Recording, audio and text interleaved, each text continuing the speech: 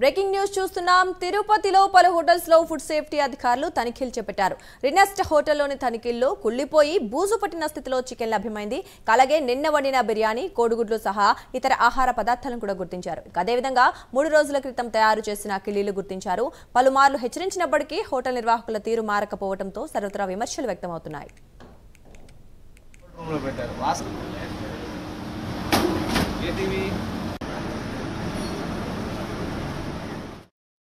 పట్టణంలో ఉన్న ప్రముఖ హోటల్స్ అన్నిటి కూడా రైడ్ చేయడం జరిగింది. ఆశ్చర్యకరమైన విషయం, లాస్ట్ 6 months క్రితం రైడ్ చేసి చాలా కేసులు పెట్టడం జరిగింది. అయినా కానీ ఈ పట్టణంలో ఏంటంటే రోజు 50,000 నుంచి 1,00,000 మంది వస్తూ ఉన్నారు. డీప్ ఫ్రీజ్ చేసి ఇప్పుడు యాక్చువల్గా వండిన పదార్థాలు స్టోర్ రూమ్లో కాదు, కోల్డ్ రూమ్లో మళ్ళీ డీప్ ఫ్రీజర్స్ పెడతా ఉన్నారు.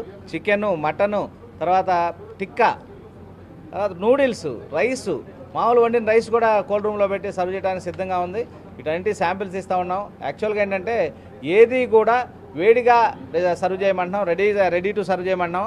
కానీ ఇవన్నీ ఆశ్చర్యంగా ఏంటంటే 1-2 ఏదైనా మిగిలిపోయినాయి ఫ్రిడ్జ్ చేసుకుంటారు. కానీ ఈ హోటల్లో కనీసం 10 ఐటమ్స్ ఉన్న ఐటమ్స్ మొత్తం కూడా డీప్ ఫ్రీజ్ చేసి ఎప్పుడో వండిన ఈ ఎగ్స్, రా ఎగ్స్ ఉండాల్సింది బాయిల్డ్ ఎగ్స్ కూడా నీళ్ళలో పెట్టి ఉన్నాయి. తర్వాత రైస్ కూడా వాసన వస్తూ ఉంది. బిర్యానీ కూడా కోల్డ్ రూమ్లో పెట్టారు. మరి ఆశ్చర్యకరమైన విషయం ఏంటంటే చూడండి, యాక్చువల్గా బిర్యానీ కూడా కోల్డ్ రూమ్లో పెట్టారు. 10 కిలోలకి, ఇది ఒకటే కాకుండా ఇంకో బేసిన్లో ఉంది. 10 కిలోలు బిర్యానీ కోల్డ్ రూమ్లో పెట్టుకుంటా ఉన్నారు. ఏదైనా మిగిలిపోతే బయట పెడతారు కానీ వాసన వస్తూ ఉంది, వైట్ రైస్ వాసన వస్తూ ఉంది. ఆశ్చర్యకరమైన విషయం. తర్వాత స్టోర్ రూమ్ చెక్ చేస్తే స్టోర్ రూమ్లో కూడా యాజ్ పర్ నామ్స్ ప్రకారం స్టోర్ రూమ్ కూడా లేదు.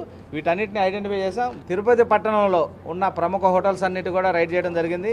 ఆశ్చర్యకరమైన విషయం, లాస్ట్ 6 months క్రితం రైడ్ చేసి చాలా కేసులు పెట్టడం జరిగింది. అయినా కానీ ఈ పట్టణంలో ఏంటంటే రోజు 50,000 నుంచి 1,00,000 మంది వస్తూ ఉన్నారు.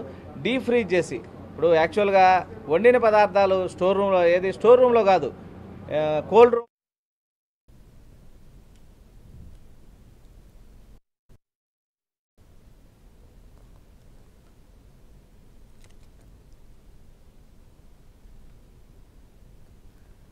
ఇక ఫుడ్ సేఫ్టీ అధికారుల తనిఖీల గురించి మరింత సమాచారం మా కరెస్పాండెంట్ రవివర్మ అందిస్తారు.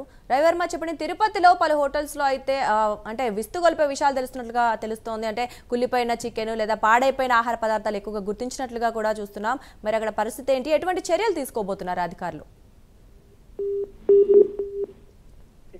పుణ్యక్షేత్రం నిత్యం లక్షలాది మంది భక్తులు స్వామివారి దర్శనార్థం వస్తుంటారు. వారిని ఆసరాగా తీసుకుని కొన్ని హోటల్స్ లో నాణ్యత లేనటువంటి ఫుడ్ ని భక్తులకు విక్రయిస్తున్నారని చెప్పేసి ఫుడ్ సేఫ్టీ అధికారులు గుర్తించారు. ముఖ్యంగా గత వారం క్రితం ఫుడ్ సేఫ్టీ అధికారులకు ఫిర్యాదులు వెళ్ళాయి. ప్రధానంగా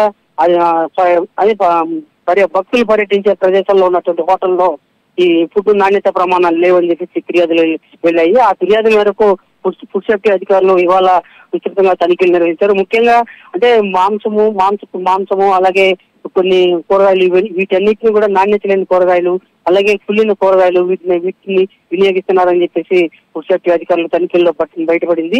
ఈ క్రమంలోనే దాదాపు 3 రోజుల క్రితం ఉన్నటువంటి మాంసాన్ని ఫ్రిడ్జ్ లో పెట్టి వాటిలో డీప్ ఫ్రిడ్జ్ లో పెట్టి వాటిని మళ్ళీ వినియోగిస్తా రావడం, అలాగే కూరగాయలు సైతం ఎండిపోయినటువంటి కూరగాయలు వాటిని కూరలకు వినియోగించడం, ఇలాంటి ఆహార పదార్థాల్లో నాణ్యత ప్రమాణాలు లేనటువంటి ఆహార పదార్థాలను భక్తులకు విక్రయిస్తూ ఉన్నారు. దీన్ని గుర్తించినటువంటి మున్సిపల్ అధికారులు అలాగే ఫుడ్ సేఫ్టీ అధికారులు సంయుక్తంగా దాడులు నిర్వహించారు. తిరుపతిలో దాదాపు 12 హోటల్లో ఇవాళ దాడులు నిర్వహించారు. వాటిలో మూడు హోటళ్లను సీజ్ చేసినట్టు కూడా అధికారులు స్పష్టం చేశారు. అధికారులు సీజ్ చేయడమే కాకుండా ఆ హోటల్ నిర్వాహకులకి పెనాల్టీ విధించినట్టు కూడా అధికారులు స్పష్టం చేశారు.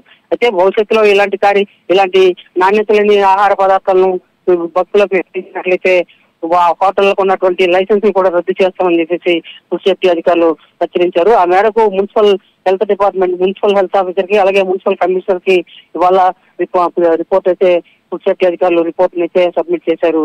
Durga, thank you Ravi Varma.